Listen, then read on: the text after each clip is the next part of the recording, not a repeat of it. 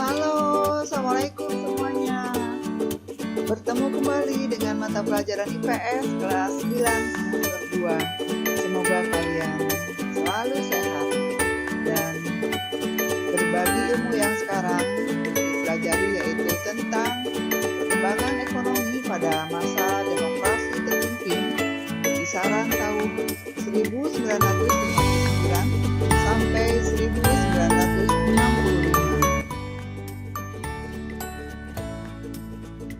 Perkembangan ekonomi masa demokrasi terpimpin pada tahun 1959 sampai tahun 1965 yang akan dipelajari, yaitu bagaimana langkah-langkah yang diambil pemerintah untuk memperbaiki kondisi ekonomi pada masa demokrasi terpimpin, yaitu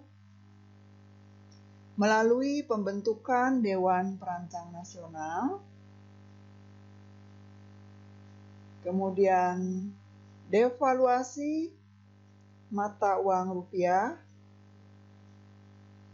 dan deklarasi ekonomi.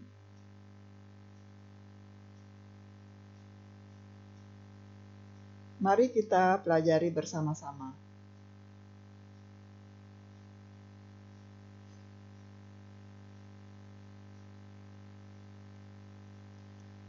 Pada masa demokrasi terpimpin, Indonesia baru 15 tahun merdeka. Perekonomian masih sangat lemah. Ekonomi terpimpin adalah suatu sistem ekonomi di mana semua aktivitas ekonomi dipusatkan di pemerintah. Daerah hanya kepanjangan tangan dari pemerintah pusat.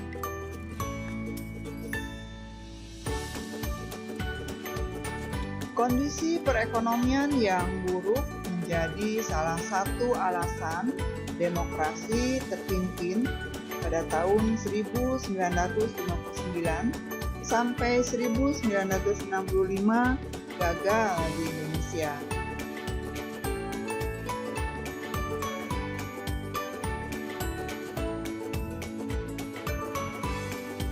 Kondisi ekonomi kala itu menjadi salah satu kondisi terburuk dalam catatan sejarah Indonesia. Beberapa masalah yang dihadapi yakni pertama, ekspor dan investasi merosot, kemudian menipisnya cadangan devisa, dan inflasi mencapai ratusan persen dan harga kebutuhan pokok sangat mahal.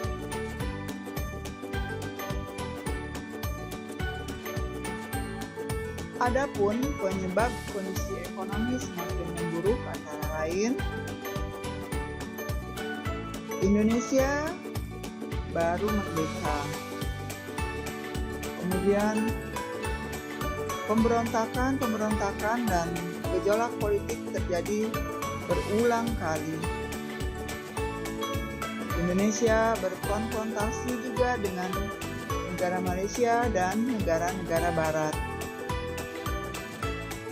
Anggaran negara dihamburkan untuk proyek politik Presiden Soekarno.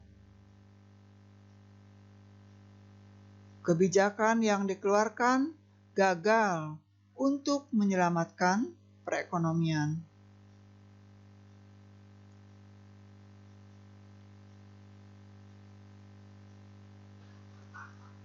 Langkah-langkah yang diambil pemerintah untuk memperbaiki kondisi ekonomi pada masa demokrasi terpimpin antara lain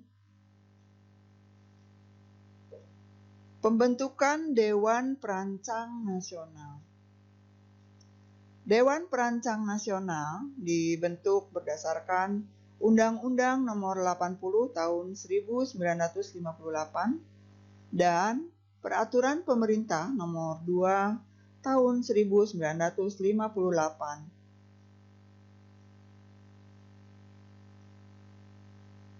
Tugas Dewan ini adalah menyiapkan rancangan undang-undang pembangunan nasional yang berencana serta menilai pelaksanaan pembangunan tersebut.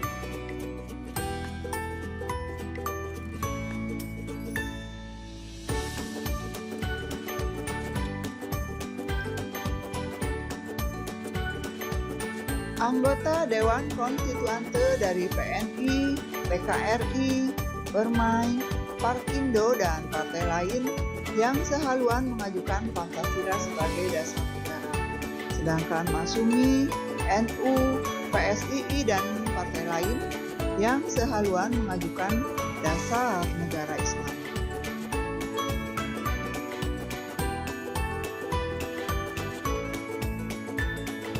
Dewan ini diketuai Muhammad Yamin dengan 50 orang anggota. Pelantikannya secara resmi dilakukan oleh Presiden Soekarno pada tanggal 15 Agustus tahun 1959.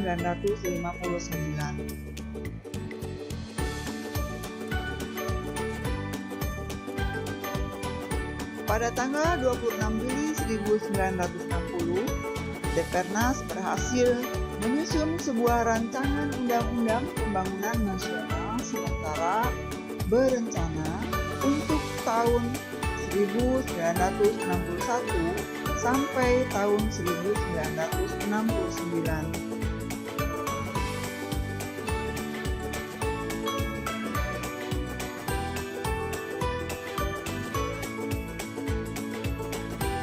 Rancangan undang-undang tersebut disetujui oleh MPRS dan TAP MPRS nomor 2 tahun 1960. Pada tahun 1963, Depernas diganti namanya menjadi Badan Perancang Pembangunan Nasional atau disingkat dengan Bapenas yang diketuai secara langsung oleh Insinyur Soekarno.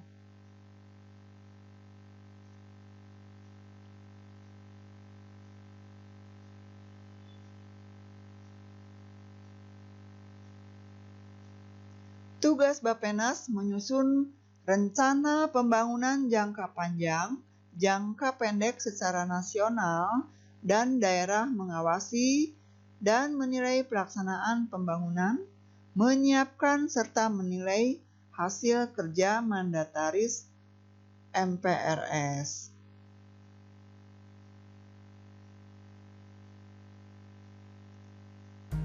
Devaluasi mata uang rupiah. Pada tanggal 24 Agustus tahun 1959, pemerintah mendevaluasi atau menurunkan nilai mata uang dari Rp1.000 dan Rp500 menjadi 100 dan 50. Jadi uang yang tadinya dengan harga 1.000, nilai mata uang menjadi turun menjadi 100. Sedangkan Rp500, nilai mata uangnya turun menjadi Rp50.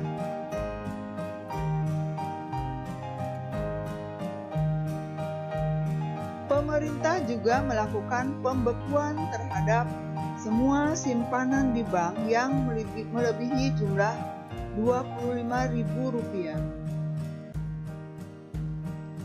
Tujuan kebijakan devaluasi dan pembekuan simpanan ini adalah untuk mengurangi banyaknya uang yang beredar demi kepentingan perbaikan keuangan dan perekonomian negara.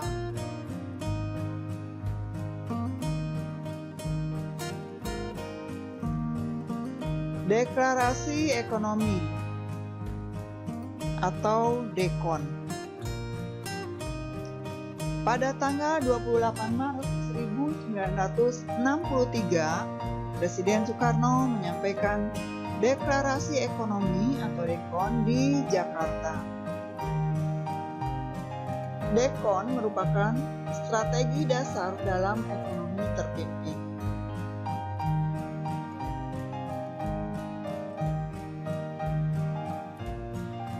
Tujuan utama Deklarasi Ekonomi atau DEKON adalah untuk menciptakan ekonomi nasional yang bersifat demokratis dan bebas dari imperialisme untuk mencapai kemajuan ekonomi.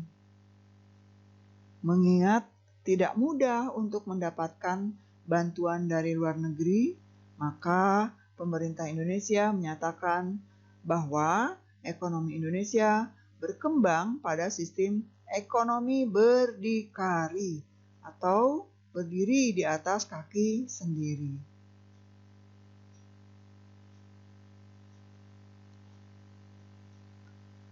Pada bulan September tahun 1963, Presiden Soekarno menunda pelaksanaan Dekon dengan alasan sedang berkonsentrasi pada konfrontasi dengan Malaysia.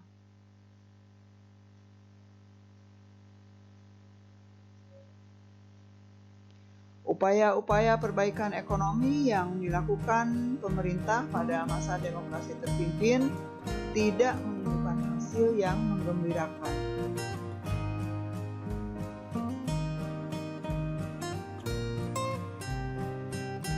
Kondisi ekonomi memburuk karena anggaran belanja negara setiap tahunnya terus meningkat tanpa diimbangi dengan pendapatan negara yang memadai. Salah satu penyebab membengkaknya anggaran belanja tersebut adalah pembangunan proyek-proyek mercusuar yang lebih bersifat politis.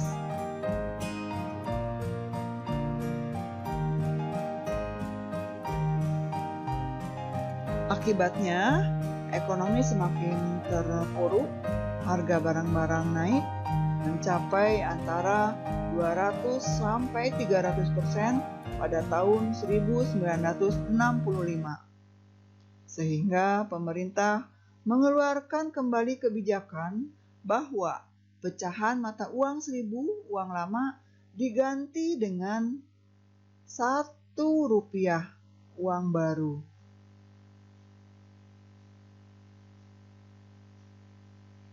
Ini uang 1000 zaman dulu, Rp1.000 pada masa demokrasi terpimpin dan diganti dengan Rp1.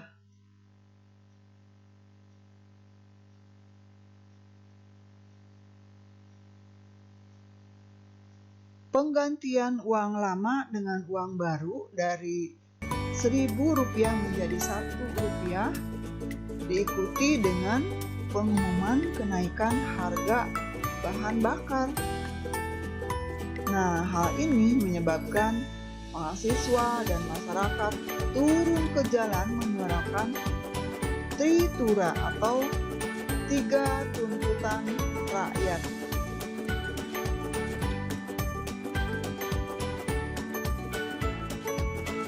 Nah, ini adalah contoh gambar-gambar pada saat para mahasiswa berdemonstrasi menyuarakan Tritura.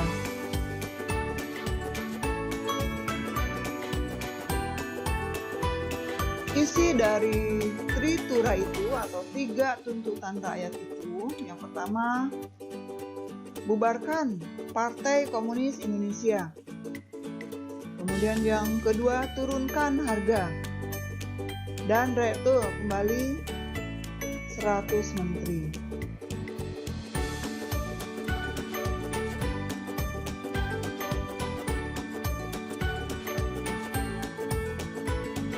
Oke, selesai sudah materi bagaimana tentang perekonomian di Indonesia pada masa demokrasi terpimpin. Dan selalu mengingatkan bahwa mencintai tanah air seperti kita mencintai diri sendiri. Selalu budayakan disiplin, agamis, santun, budaya bersih, toleransi, dan banyak hal positif yang harus kita kembangkan dalam kehidupan. Oke, terima kasih. Semoga bermanfaat. Assalamualaikum warahmatullahi wabarakatuh. Dan terima kasih pula untuk like, subscribe, dan komentar santun untuk lebih memotivasi